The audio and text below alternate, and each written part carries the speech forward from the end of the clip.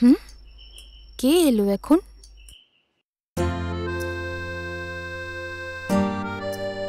নমস্কার হ্যাঁ ম্যাডাম। নমস্কার রিতেশ, কিন্তু তুমি এখানে কি করে?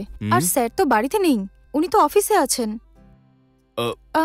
আচ্ছা ছাড়ো, তোমাকে চাকরি থেকে বার করে দিয়েছে এটা স্যার বলেছিলেন। হ্যাঁ ম্যাডাম, ওই বিষয়ে কথা বলার জন্যই আমি এখানে এসেছি ম্যাডাম। শোনো রিতেশ, কাজের ব্যাপারে যখন কথা বলতে এসেছো তাহলে অফিসে গিয়ে স্যারের সাথে কথা বলো। আর তাছাড়া স্যার যখন বাড়িতে থাকবে তখন কথা বলে নেবে। স্যারের অনুপস্থিতিতে আমার সাথে এসে কথা বলাটা ঠিক নয়। ম্যাডাম, আপনি যা বলছেন সেগুলো সব ঠিক কথা ম্যাডাম, কিন্তু আমার কথাটা একটু শুনুন ম্যাডাম। ঠিক আছে বলো, কি হয়েছে? এর আগে যখনই আমি আপনার বাড়িতে এসেছি আপনি প্রত্যেকবার আমাকে ভেতরে ডেকে চা খাবো না কফি খাবো জিজ্ঞেস করতেন, আমাকে সম্মান করতেন। যখনই স্যার আমাকে চাকরি থেকে বের করে দিলেন তো আমি আপনার কাছে একটা অচেনা মানুষ হয়ে গেলাম। তো শুনুন, বিগত 4-5 বছর ধরে আমি আপনার ড্রাইভার ছিলাম ম্যাডাম, একটু ভেবে দেখুন ম্যাডাম। আচ্ছা রিতেশ, ভেতরে এসো, বসো তুমি। আচ্ছা তুমি বলো, কি খাবে? কফি না চা? যা কিছু দেবেন ম্যাডাম। ঠিক আছে 2 মিনিট বসো, আমি এক্ষুনি নিয়ে আসছি।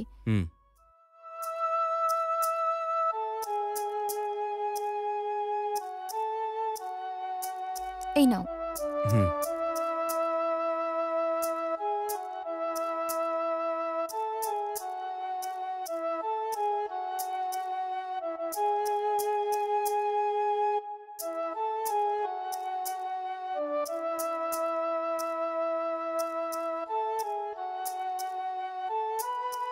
ঠিক আছে, এবার বলো তোমার কি প্রবলেম হয়েছে?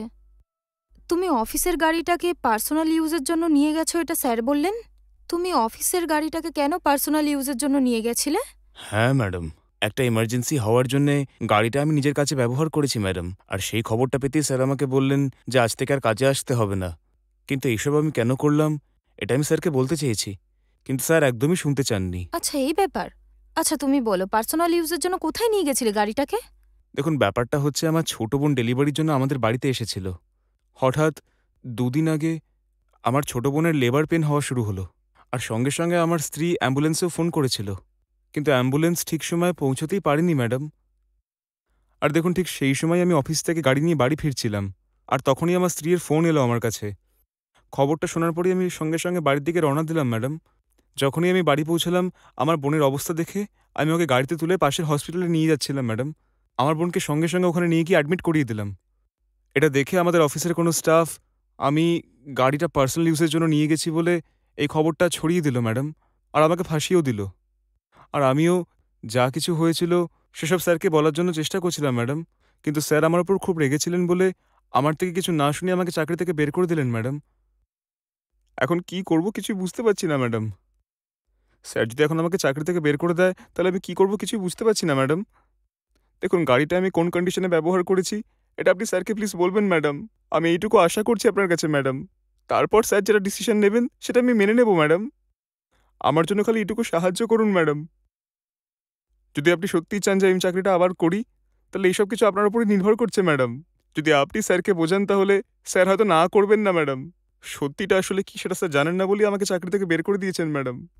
আচ্ছা এই ব্যাপার, এইসব হয়েছে। ঠিক আছে, আমি স্যারের সাথে কথা বলবো। যতটা আমি বুঝতে পারছি রাগ করে তোমাকে চাকরি থেকে বার করে দিয়েছে। তোমার এই সিচুয়েশনের ব্যাপারটা হয়তো জানে না। তুমি চিন্তা করো না, তুমি তোমার বোনকে হসপিটালে অ্যাডমিট করার জন্যই তো গাড়িটা নিয়েছিলে। এটা আমি স্যারকে বলে দেব। তোমার জায়গায় যদি অন্য কেউ হতো সেও একই কাজই করত। হয়তো এই ব্যাপারটা ঠিক করে জানে না বলেই হয়তো চাকরি থেকে বার করে দিয়েছে। এটা তো ভুল হয়েছে। রাতে আমি স্যারের সাথে কথা বলে আবার যাতে তোমাকে চাকরিতে নেয় সেটা আমি বলবো। তোমার চাকরির গ্যারান্টি আমি নিচ্ছি, তুমি চিন্তা করো না, বাড়ি যাও। ঠিক আছে ম্যাডাম, আমি আজ চলি ম্যাডাম। আমার আপনার উপর ভীষণ ভরসা ম্যাডাম, আমি কিন্তু নিশ্চিন্তে বাড়ি ফিরছি। আমি বললাম তো তোমাকে, তুমি চিন্তা করো না। আমার মনে হয় অন্য কারোর কথা শুনে তোমাকে চাকরি থেকে বার করে দিয়েছে। তুমি চিন্তা করো না, আমি যে করে হোক ওনাকে বুঝিয়ে ঠিক মানিয়ে নেব। ঠিক আছে ম্যাডাম, আমি তাহলে আসি। অনেক অনেক ধন্যবাদ ম্যাডাম। হুম।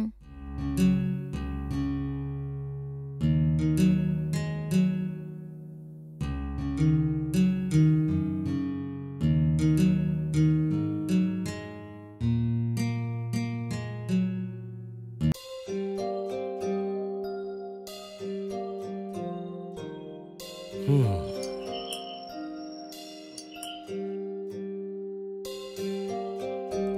হ্যাঁ, আসো। হুম।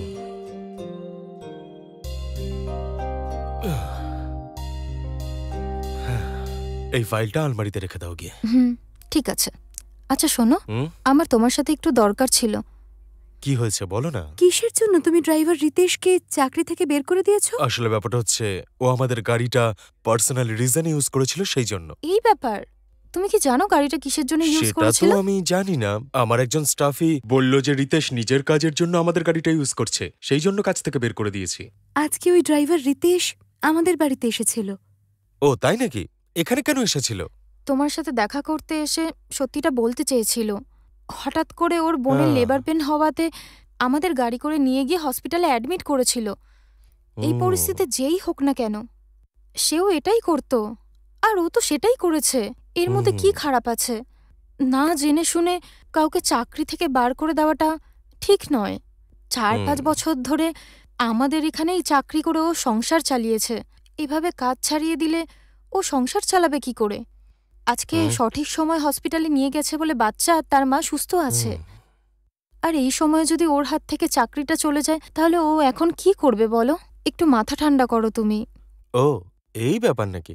সত্যিটা না জানি আমি ওকে কাজ থেকে বের করে দিলাম। হ্যাঁ, আসলে আমি ভেবেছিলাম ও নিজের বন্ধু বান্ধব নিয়ে আমাদের গাড়িতে ফুর্তি করছে হয়তো।